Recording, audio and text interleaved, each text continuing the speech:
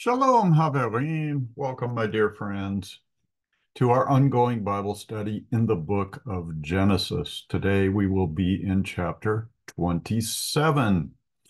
For our preliminary material, I'm going to encourage you to stick with me and not fast forward to the Bible software where we'll be going chapter or verse by verse through this chapter of Scripture. But I've just got an issue with what we've been studying so far about the character, kind of the type of person that Jacob is. So yeah, stick with me through the preliminary stuff until we get to the text, and we will address that issue here um, in our forward material.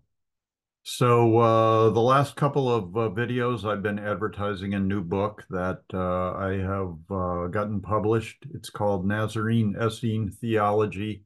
I guess the best way to describe it would be it's a systematic theology of the entire Bible, kind of from the perspective of the Second Temple and the sect of the Nazarenes and Essenes. Um, and I believe that Yeshua, Jesus, was associated with that sect and was a prominent leader in that sect. And uh, because of that, I believe the New Testament at least comes to us from a Nazarene Essene perspective. And I think it would be fairly legitimate to read um, that perspective back onto the Old Testament as well. So check that out if you're interested. There is quite a bit of material in this book on the book of Genesis. This is the dispensational chart that we've been looking at that covers the period of time that we're currently studying. It's the age of promise called the fourth dispensation. You'll notice that the red ribbon of salvation or the red road of salvation runs through the prominent patriarchs of Ram or Abraham, Yitzhak, and Yaakov, Jacob, whose name is changed to Israel. Then the 12 sons of Jacob eventually will make up the 12 tribes of Israel. Um, the road of salvation runs through the sojourn in Egypt, where the whole family was um, enslaved in Egypt for 4 generations, and then they come out as a nation. God grew them from one extended family to a people group that was the size of a nation. And that story is in the book of Exodus. We've been looking at some maps, the initial travels of Abraham from his birthplace in Ur down into the promised land, the land of Canaan. It was called the land of Canaan in those days because the Canaanites were living there. And the Canaanites, actually, there were a lot of kind of tribal people there living in the land. And God decided to give that land to his chosen family, Abraham, Yitzhak, and Yaakov. We have two significant Bible passages that are kind of pasted into this map. One is from Genesis 13 that defines the promised land as being that land where Abraham, Isaac, and Jacob walked. Their feet fell upon the soil of that land, and also their eyes beheld it. Genesis 15 defines that land geographically. It's from the river of Egypt, which I take to be the Nile, to the great river Euphrates. So you can see it's a large piece of territory that has never been completely occupied and controlled by the people of Israel.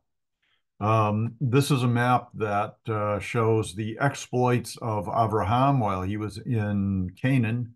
The reason I include it here is because it shows the journey that Avram and Sarai took to Egypt, to the great, to the river of Egypt, the Nile River, and then returned. So they saw that land and their feet fell on that land. So it's theirs. And then I've blown up this map, especially the Canaan part of it, so we could track the various journeys of Abraham, Isaac, and Yaakov is not on this. There is no way. This is these maps are from the Holman Bible Atlas, and there's no map for the travels of Isaac, the significant events in the life of Isaac. But it does show where Gerar is, and in our last chapter, Yitzhak and Rivka, Rebecca, went to Gerar and pulled off the same kind of shenanigans that Abraham had done twice. And now Yitzhak has done once in claiming that his wife was actually his sister to save his own skin. I have included Hebrews chapter 11, starting about verse 8, all the way down to 19, because this is the part of the heroes of faith where the three generations, Abraham, Isaac, and Yaakov is not included here because I'll need to add some passages from Hebrews 11 to include that. But it shows that this family was a family of faith in all three, well, actually all four generations, especially with Joseph in the fourth generation. So the fact that, although not here in the visible text, Jacob is said to be a man of faith, that's kind of important to the topic that's coming up. We also have kind of a wire diagram of the family of the chosen people, beginning with Abraham's father Terah. Abraham and Sarah were married. Hagar also bore a son, Ishmael, by Abraham. Then Yitzhak is the promised child. His wife was chosen from this extended family. Her name is Rebecca. She is related to him. Bethuel and Yitzhak would be cousins, so I guess Rivka would be like a second cousin, but they were related. And then in the last couple of chapters, we've had the story of Yaakov and Esau, and their exploits. So that's what we're going to be talking about today. Now let's get to my issue that I wanted to bring to your attention.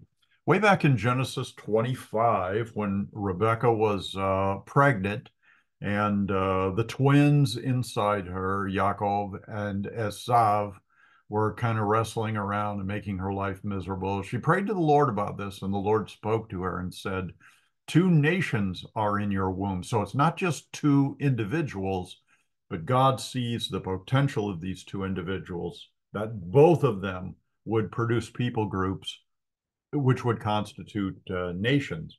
So yes, two boys are in her womb, but they will eventually both constitute nations.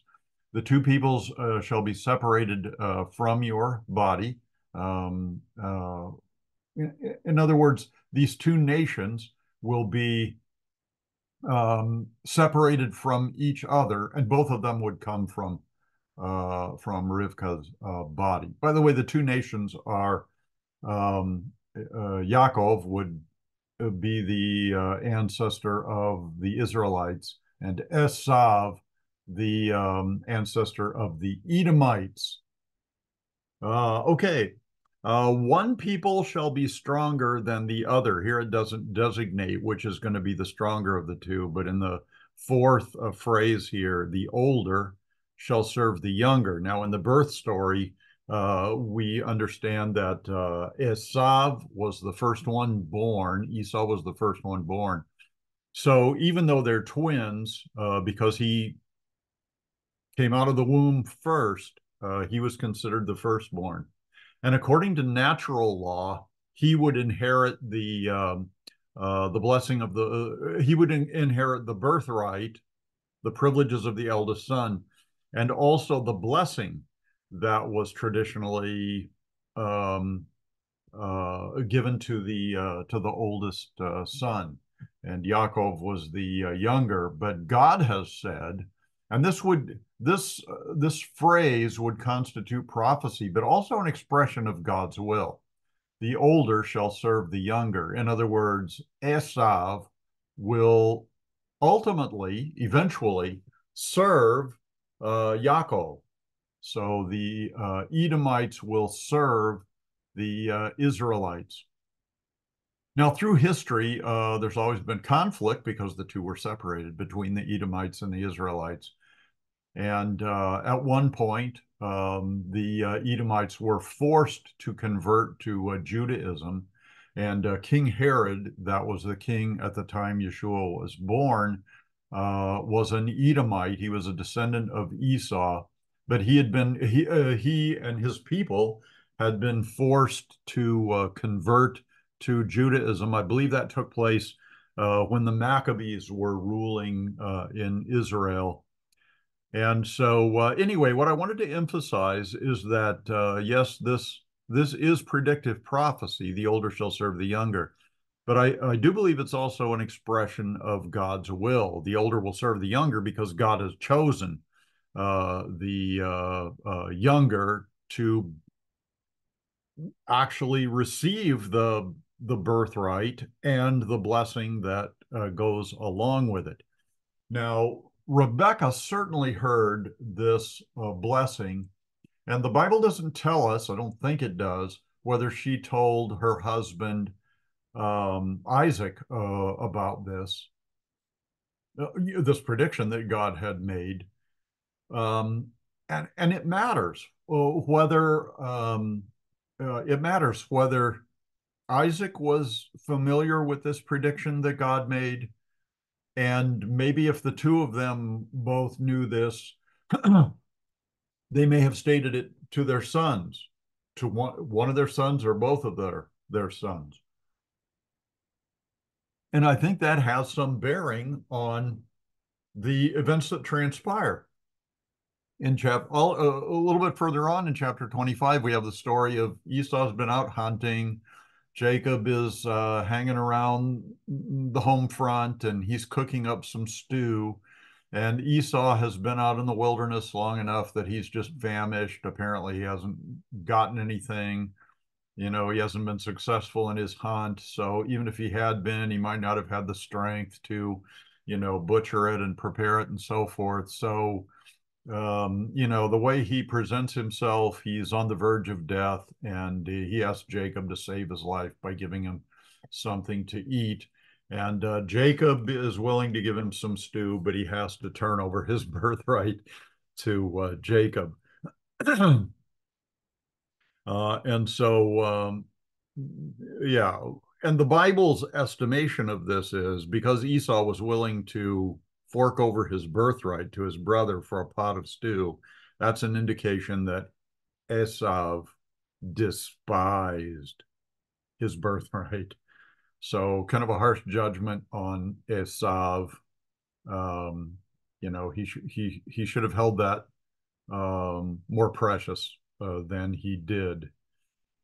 I also want to go back a little bit further because here we have kind of a character assessment of the two boys. Genesis 25:27. So the boys grew, and Esau was a skillful hunter. We know that he manifests that in the narrative about his life. He was a man of the field, an outdoorsman. But Yaakov was a mild man dwelling in tents. So he was more of an indoor man. We know that Isaac favored Esau because he was kind of a man's man, and Rebekah favored Jacob. But I want to talk a little bit about this term in English, mild man. It's not incorrect, but it's the Hebrew word tam. And when that is used elsewhere in scripture, it speaks of purity. The word Tom is used with reference to Noah, and I think it's usually translated like he was an upright man or something like that. But what it means there is that he was still 100% human. He was not the result of intermarriages between fallen angels and human women producing the Nephilim, the giant races. So this is a term that's also applied to Jacob. So, I mean, upright would be one use of the term. With regard to Noah, it means a thoroughbred. It like means unblemished as far as his gene pool was concerned. Here are some of the lexicon definitions. These are from Strong's lexicon. Tom means complete, usually morally pious. Now, that is the interesting one because as we read about the life of Jacob, that is one of the characteristics that I would be least persuaded to apply to Jacob. All my life of reading the Bible, I have felt like Jacob is kind of a dirty rat. He tricks people, he cheats people. Um, uh, he has family problems with all the wives that he ends up married to. He favors, one child over the other children and so forth. He favors one wife over the other. So morally pious is not something I would apply to him. But this term, Tom, got me wondering if maybe I have, maybe my assessment of Jacob is not fair. And here's what I have in mind. Well, let's look at some of the other definitions. Gentle, dear, none of those I would use to describe Jacob. Coupled together, not sure what that would mean. Perfect, um, hardly. I know sometimes when the Bible uses the term perfect, it means like mature or where you are in your, that you're an appropriate place in your spiritual and moral progress and stuff like that. So, mature, where you should be in your development. Plain, yeah, that would apply to Jacob, I guess. Undefiled, depends on what you mean by undefiled, whether, that means sexually or like morally undefiled, upright. Now, here's where this term may prompt me to reevaluate my assessment of Jacob. If if Rebecca, knew about this promise, and we know that she did, she was one who knew about the older is going to serve the younger. She is in a position where she knows that her firstborn child is not going to have the privileges of the firstborn child. And how is that going to come about? I think she maybe wonders if maybe she needs to take some action that will cause uh, God's God's will to be done um, in that situation. If Isaac knew about the promise, if Rebecca told him about the promise, then he too might be involved. If he's in on the scheme and he knows that something has to happen in the lives of these two boys for the birthright and the blessing to be switched from the older to the younger, then he might have been a willing participant. If the boys knew this, then that might affect why they did what they did, why Jacob gave his brother Stu in exchange for the birthright, and why he's going to do what he does in the chapter today to get the blessing from his dad.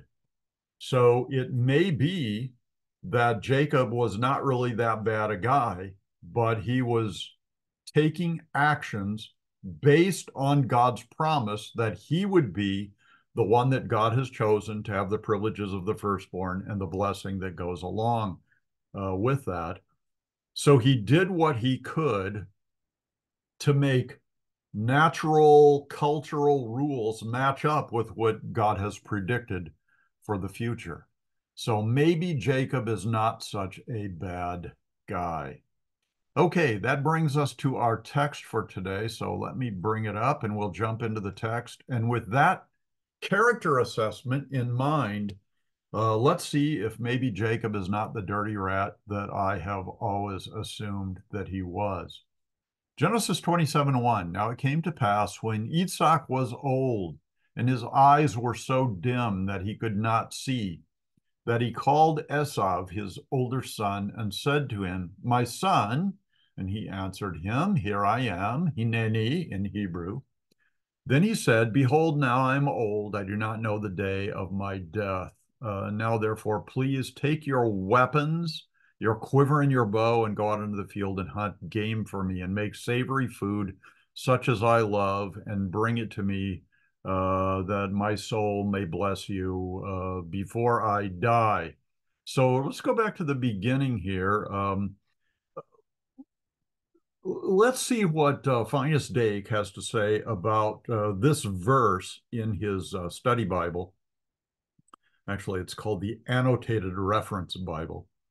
When Isaac was old, Isaac was about 138 years old at this time, chapter 27. He lived 42 years after the time that he thought he was going to die.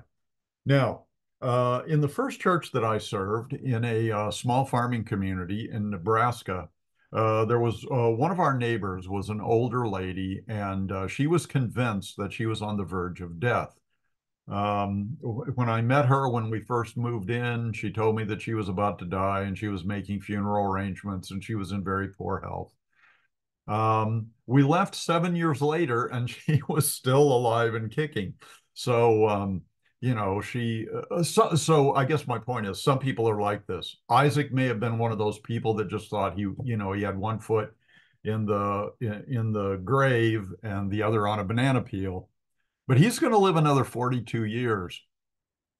So it may be, he may be a hypochondriac for one thing, and that would explain um, why he's preparing his son to receive the blessing before he dies. Or it could be that this is part of the scheme that certainly Rebecca has worked out. We know Rebecca's worked it out, and we're going to see that in the Bible passages that follow. But maybe Isaac is going along with this, and maybe the two boys are too. I kind of doubt that Isaac would, or that Esau would go along with it willingly because he's going to get the short end of the stick here. So yeah, so this is the premise. Is Isaac really as old and is his eyesight as bad as he says it is? Or is this just what? A little chancel drama that is being played out so that God's will can be done? And if that's the case, then everybody involved, including Jacob, um, wants to see God's will done and they want to cooperate with that. So this may not be a sincere acting out on the part of all four individuals. So um, Isaac is contemplating his death, allegedly in the near future, has a little conversation with his son Esau, his favorite, go out hunting, get me a kosher animal from the field, bring it back, prepare it for me, so that I can eat the food that you've hunted, that I love, make sure it's prepared the way I like it, so that my soul may bless you before I die. Not just my words will bless you, but my soul, my nephesh, will bless you. The soul is the realm of what? Feelings and emotions, kind of invisible stuff. Um, I mean, not physically tangible, but mentally tangible. I mean, everybody knows, what kind of mood they're in. So Yitzhak wants his soul to bless his son. So that's the arrangement that Isaac makes with Esav. Now Rivka was listening when Yitzhak spoke to Esav, his son, and Esav went to the field to hunt game and to bring it. So Rivka's listening what she's going to do. So Rivka spoke to Yaakov, her son, um, saying, "Indeed, I heard your father speak to Esav, your brother, saying, bring me game and make savory food for me, that I may eat it and bless you in the presence of the Lord before my death." She's just quoting Isaac there. Now she's speaking from her own perspective to her son. Now, therefore, my son, Yaakov, obey my voice according to what I command you. Go now to the flock and bring me from there two choice kids of the goats, and I will make savory food from them for your father, such as he loves. So this appears to be a scheme that Rivka has cooked up to make sure her son bests um, Isaac's favorite son, bests Esav. Then you shall take it to your father that he may eat it and that he may bless you before his death. And Yaakov said to Rivkah, his mother, "Look, Esav, my brother, is a hairy man, and I am a smooth-skinned man." In other words, Mom, I know Dad is old and I know his eyesight is failing, but he's going to know that I'm not Esau. So, yeah, good point. I mean, you would think a father would recognize his son's voice when he speaks. I mean, with what follows, Rivka is going to come up with a solution to the problem of one being smooth skinned, the other one being hairy. Um, so, yeah, what's going on here? Well, we'll talk about that in a few minutes. Verse 27:12, perhaps my father will feel me, and I shall seem to be a deceiver to him, and I shall bring a curse on myself and not a blessing. So that makes it sound like Isaac doesn't know what's going on, but maybe he does. Maybe this is just being acted out. So the blessing of the younger son, Jacob, will be the result of a scheme that has been, I won't even call it a scheme, a plan that has been played out. And everybody in the family will know why Jacob has received, and also the neighbors will know. All the neighbors in the community will know that Esau is the oldest. He should have got the birthright. He should have got the blessing. Why didn't he? What is it about Jacob and Esau that, we in the neighborhood don't know? And if that issue comes up, because a person standing in the community is quite important, especially in the Middle East at this time of in history. So it may be that they are playing out this little scene. It's an act. And maybe Rebecca's the only one who knows. Maybe she and Isaac know. Maybe the boys even know. But they want the family to be respected in the community. So they're doing this so they will have an explanation for why Jacob received the birthright and the blessing. So yeah, Jacob at least expresses that he's concerned about being found out as a cheater, and that Isaac will have to pronounce a curse on him, which is what everyone would expect. That Isaac would pronounce a curse if he discovered Jacob trying to deceive him during the process of this scenario. Now, if Isaac is just going along with it too, and Jacob may be going along with it too, he's expressing reservations here because that needs to be part of the story. But his mother said to him, "Let your curse be on me, my son, only obey my voice and go get them for me."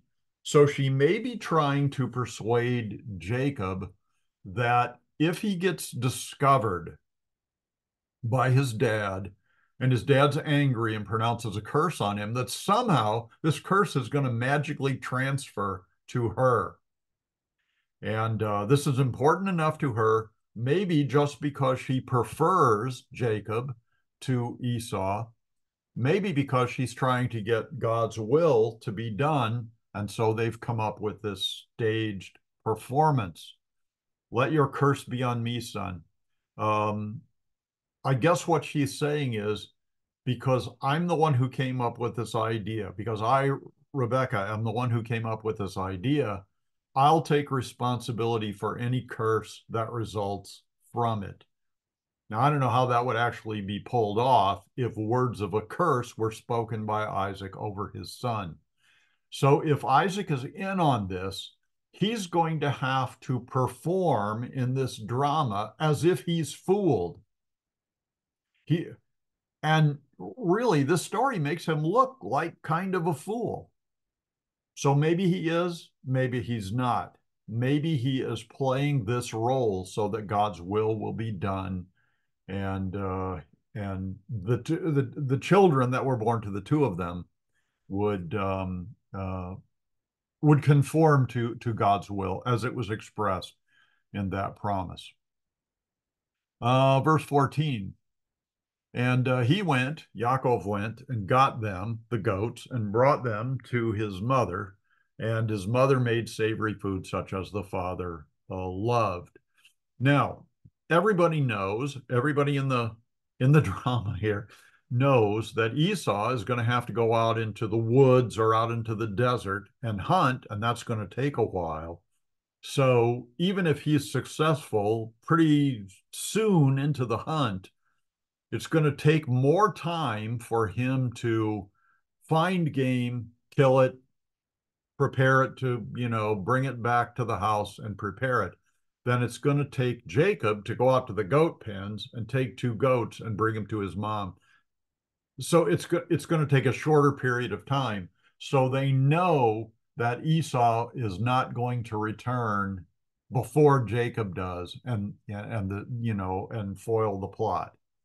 So he went and got them and brought him to his mother, and his mother made savory food such as his father loved. Then Rivkah took the choice clothes of her elder son Esav, which were with her in the house, and put them on Yaakov, her son. I wondered what choice clothes were, and it's the root word is hamad. This is the word for coveting. So these are desirable clothes. Rivka is choosing out of Esav's closet choice clothes, which would seem like, dress up clothes, clothes made out of really nice materials, your Sunday go to meeting clothes, really nice clothes. But we're going to learn later on that these clothes smell like the field, which I wouldn't imagine would be a choice, covetable smell. Why does she choose these clothes? Because um, she wants the clothes to smell like Esav. Jacob's clothes, I don't know, they may have aftershave lotion on them or something like that because he hangs around the house all the time. So, part of the deception is the clothes that she chooses, but they are um, um, desirable clothes. What could the word hamad or covetable clothes mean? It could be the clothes that the firstborn would wear in kind of a formal setting where he's presenting himself as the firstborn and the one who has received the blessing that goes along with being the oldest son. So it may have been like in the next generation, Joseph's coat of many colors. That was a wardrobe piece of clothing that identified him as his father's favorite. And even though he was one of the youngest of the sons in the family. So these may have been, I hesitate to call it royal clothes, but so who would be coveting these clothes? Well, it would be Jacob. It would be Jacob because he wishes he was the firstborn. He wishes he had the firstborn's blessing. Now he's got the birthright because he's gotten it from his brother who willingly gave it up and demonstrated, manifest himself as a man of like little faith and little um, uh, what his priorities were bad, I guess. So yeah, so she brings these and she put them on Yaakov, her younger son. And she put the skins of the of the kids of the goats on his hands and on the smooth part of his neck. So, in other words, when these two goats are prepared, obviously they have to be skinned and butchered and then cooked. Rebecca's in the process of that, so she takes some of the skins from the goats that she has just butchered, and I assume she cleans them up a bit, and she puts them on Yaakov's hands and on his neck. Now, you could just like drape the skin around his neck, but how did she attach these to his hands in a way that if Isaac touches them, it's going to fool him? I mean, did she have time to make goat skin gloves? Um, well, for one thing, the word hands is yad in Hebrew. And although there is a separate word for the arm, like the arm of the Lord, Zoroah, I think, something like that. The word yad in Hebrew, I think, it's kind of a generic term for anything from the shoulder on down to the tips of the fingers. So the Bible says that when Yeshua, Jesus, was crucified, that they drove nails through his hands. Well, archaeological studies of people who had been crucified in the biblical era showed that they did not drive nails through the palms of their hands because the skin on the palms would not support a crucifixion. Where they did drive the nails is in the wrists, like right here around the wrist bone. And I don't know how you feel about the Shroud of Turin, which is allegedly the burial shroud of Christ with an image of him in his with all the marks of his crucifixion. And the Shroud of Turin shows the nails going through the wrists. The complex structure of the bones there would support the weight of a body, and that's how they crucified people. But that was said to be through the hands. So in most of the movies and most of the um, um, kind of classical artwork about the crucifixion, it always shows the nails going through the palms, but they didn't. They went through like this part of the wrist of the arm. So she may have just made kind of a arm wrap, kind of a wristband or something, and kind of tied them on his wrists, so that if Dad felt that he would feel the hairy goat skin. Then she gave the savory food and the bread which she had prepared into the hand of her son Yaakov. So he went to his father and said, "My father." And he said, "Hineni, here I am." That's what everybody says. Who are you, my son? Now, he may really want to know. I mean, so far, he has only heard his voice. Probably the most recognizable part of Jacob, the dead giveaway, is his voice, unless Jacob has learned how to do an imitation of Esau's voice. But I don't think so, based on what the text is going to tell us. So, he speaks to his father. His father says, "Here I am. And who are you, my son?" And Yaakov said to him, "I am Esav, your firstborn. I have done just as you told me. Please arise, sit, and eat of my game, that your soul may bless me." But Yitzhak said to his son, "How is it that you have found it so quickly, my son?" In other words, I've sent Esau out hunting before, and it always took him longer than this. Like he has to sit in his tree stand for a while, and wait till some wild game walks right in front of him so he can shoot it with his arrow. So it seems like maybe the jig is up. But it didn't, like we've already said, it didn't take Rebecca and Jacob as long as you would assume it would take Esau to do this. So he's back too soon. And Yaakov said, because the Lord your God brought it to me. Now I always thought this was like the height of hypocrisy, because not only is Jacob doing what I thought was a sinful, deceptive, um, ungodly kind of thing. But um, what he brings God into it's like he um, oh what do you call it? It's like he credits God with this horrible deed that he's doing. But I'm not sure it's so horrible, because look what he says: because the Lord your God brought it to me, which would be a way of kind of saying, I'm fulfilling God's will. I'm doing what God told my mother was, the prophetic future of my brother and I. And, we are doing what the Lord has led us to do to accomplish God's will in all of our lives. So, yes, the Lord God brought it to me.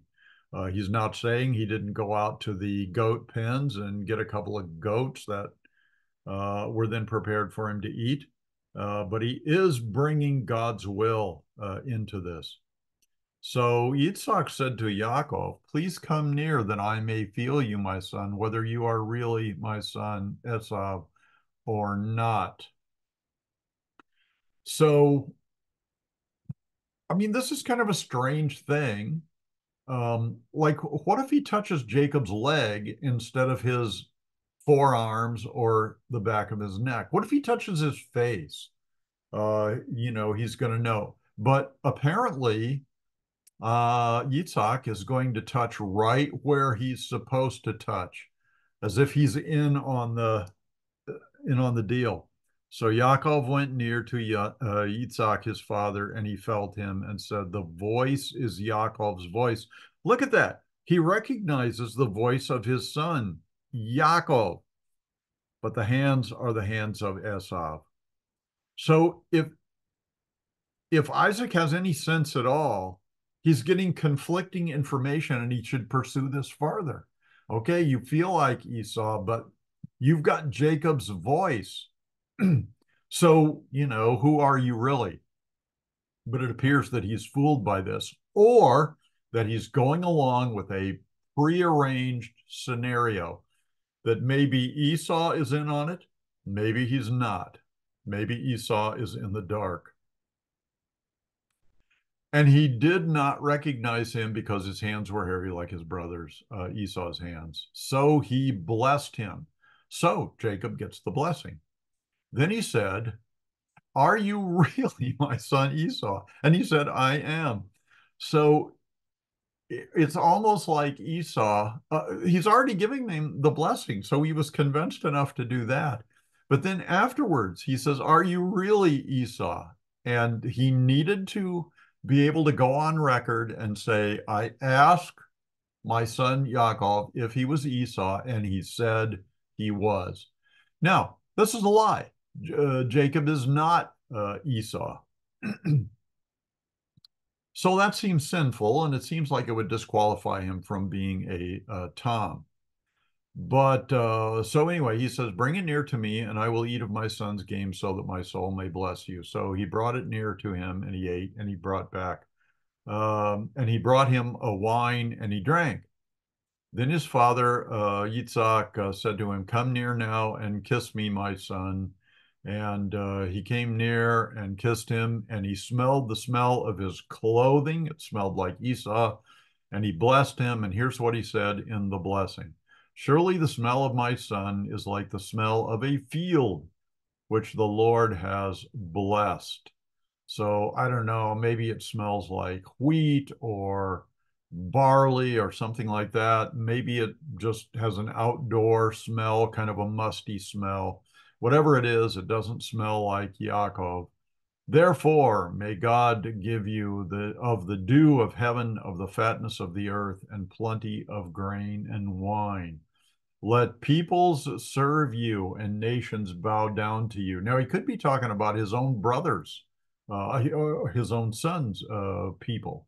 In other words, Esau is going to bow down to you and serve you. Nations bow down to you, Gentile nations perhaps.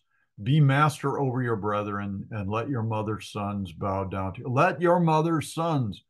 So, who are his mother's sons? Well, it's Esau. So let him bow down to you. So if Isaac is in on the scheme and he knows the promise of God that the older will serve the younger, he has made that part of the blessing. Cursed be everyone who curses you, and blessed be those who bless you. Now, that's part of the Abrahamic covenant. And so he's passing that part of the Abrahamic covenant on to his son, Yaakov. Now, so that's the interaction between Isaac and Yaakov, Yitzhak and Yaakov. Now, it happened as soon as Yitzhak had finished blessing Yaakov, and Yaakov had scarcely gone out from the presence of Yitzhak, his father, that Esav, his brother, came in from his hunting. And it didn't take him all that long. I mean, he comes, if if Yitzhak is surprised that Yaakov, posing as Esav, has showed up so soon, Esav comes in right after that. I guess God brought the game to him too. He also had made savory food and brought it to his father and said to his father, let my father arise and eat of his son's game, that your soul may bless me. And his father Yitzhak said to him, who are you? And he said, I am your son, your firstborn, Esau.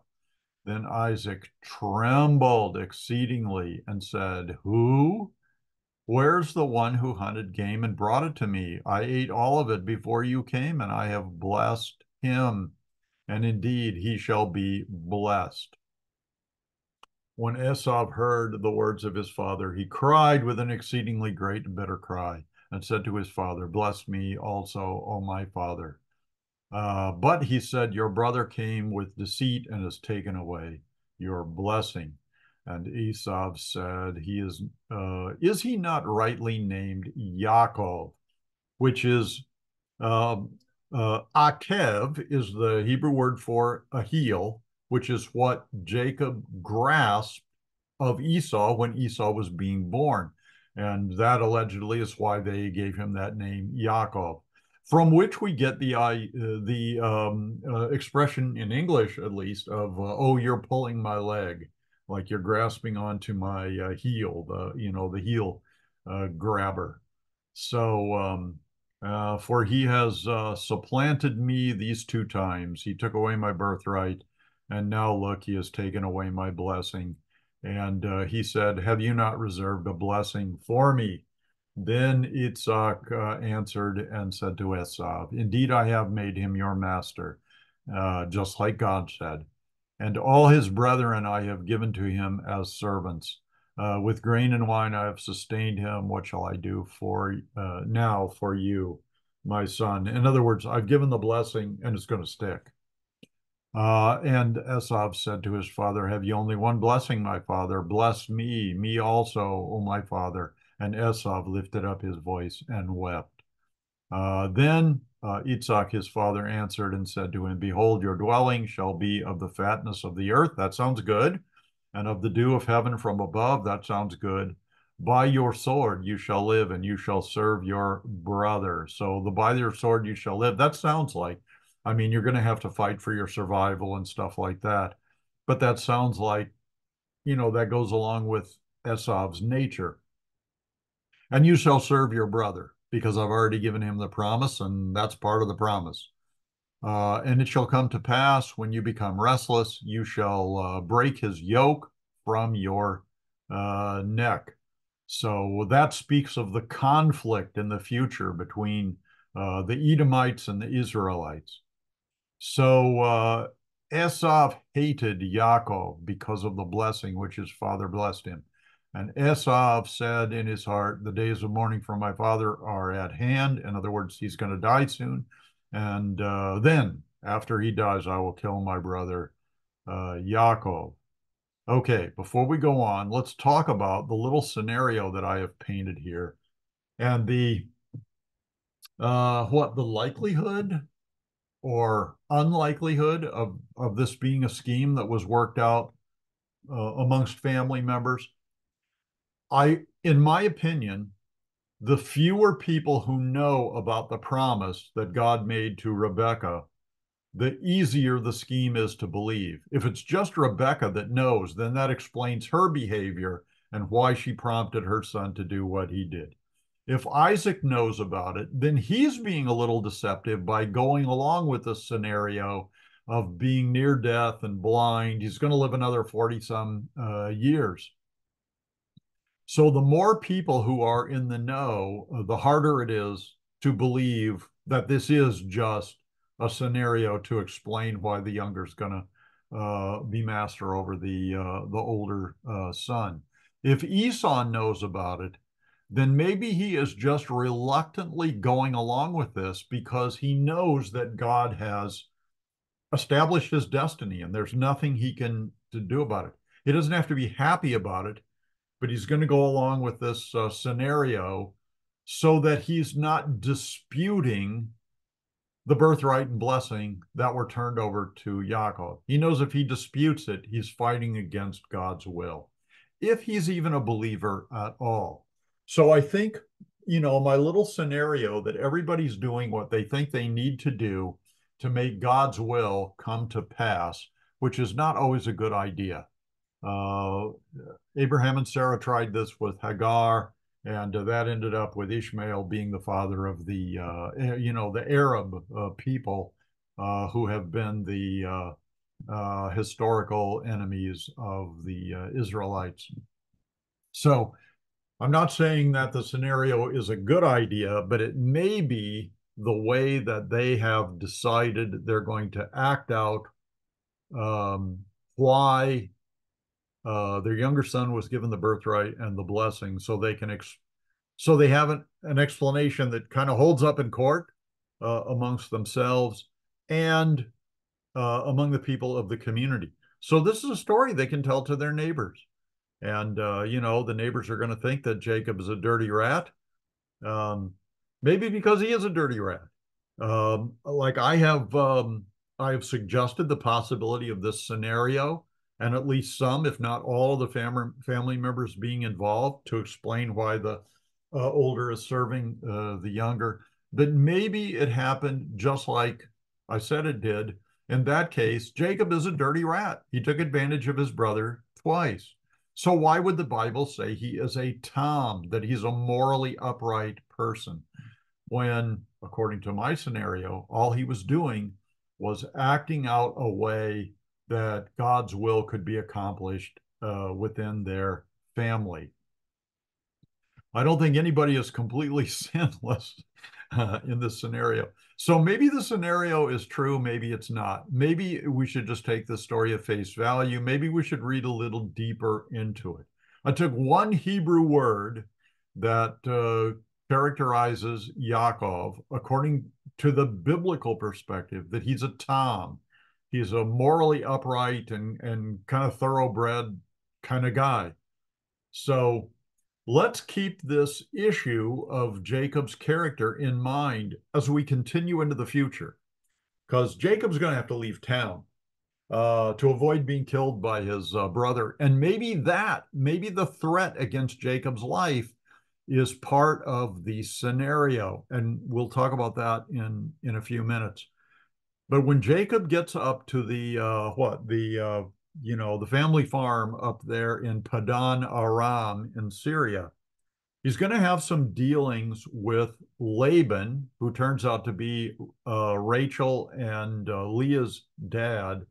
And he seems to be just as much as a deceiver and a dirty rat as Jacob is. But maybe Jacob is not, the way people assess him to be. So anyway, Esau's going to wait till his dad dies.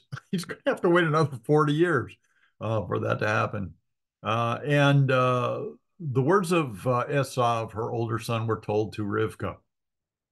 So she sent and called Yaakov, her younger son, and said to him, surely your brother Esav comforts himself concerning you by intending to kill you. Now, therefore, my son, obey my voice, arise, flee to my brother Laban in Haran, and stay with him a few days till your brother Fury turns away. Turns out he's going to be there 20 years, I think. Yeah, 21 years. Anyway, until your younger brother's anger turns away from you and he forgets what you have done to him, then I will send and bring you from there. Why should I be bereaved also of you both in one day? So maybe Esau is really angry enough to kill his brother. Maybe he's not. Maybe that's just part of the story they're going to tell to their neighbors. Why did Jacob have to leave town? And so they can say, well, here's what happened. Here's the story. Here's the scenario that played out. And Esau is so upset about that, understandably so. So we had to send Jacob up to Padan Aram. I'm weary of my life because, okay. So Rebecca says to Isaac, I'm weary of my life because of the daughters of Het. Het is the ancestor of the Hittites. And the Hittites live in this area where Isaac and Rebecca live. We've already learned that Esau has taken wives from among the Hittites, from among the neighboring communities, the pagans who don't believe in God. And this has made his parents unhappy. And the parents don't want this to happen to Jacob, so they need to send him up north to find a wife, just like Eleazar, the household servant, found a wife, Rebecca, from that same household up in Syria. So they need to send Jacob there so they have a story that gets him there. If Yaakov takes a wife from the daughters of Het, like these two who are the daughters of the land, who are the two, like these who are the daughters of the land? She's talking about Esav's wives of the land. What good will my life be to me? That brings us to the end of the chapter. So from there, Jacob is going to take off and he's going to go up north and he's going to be there not just a short time, but he's going to be there a long time, separated from his brother and his mom and dad. And eventually he will come back and is going to find Esau very friendly and accommodating with him. Why would Esau be accommodating? I mean, he's had, what is it, 20 some years to, let his anger and hostility and desire to kill his brother, it can, kind of ferment and get more hostile and angry toward his brother. But when his brother returns, he finds a very friendly person in Esav. So just some thoughts to kind of get you thinking about the story of Jacob and Esau. And then, yeah. So, yeah, that'll be the end of chapter 27. I hope you'll join us for chapter 28. Let me give you the Hebrew blessing from Numbers chapter 6. This is also known as the priestly or the Aaronic, Aaron's blessing of the people. And in this blessing, I'm going to speak God's sacred name because I think the context of number 6 kind of requires us to do that. This blessing is to place the name of God, not an alternative, but the name of God on God's people. So let me give it to you. Yivalecha Yahweh vayishmarecha, Ya'er Yahweh panav elecha vayuchunecha, Isa Yahweh panav elecha vayasem lecha shalom. The Lord bless you and keep you. The Lord make his face shine on you and be gracious to you. The Lord look upon you with favor and give you peace. B'Shem Yeshua, in Jesus' name, amen. Hope to see you next time.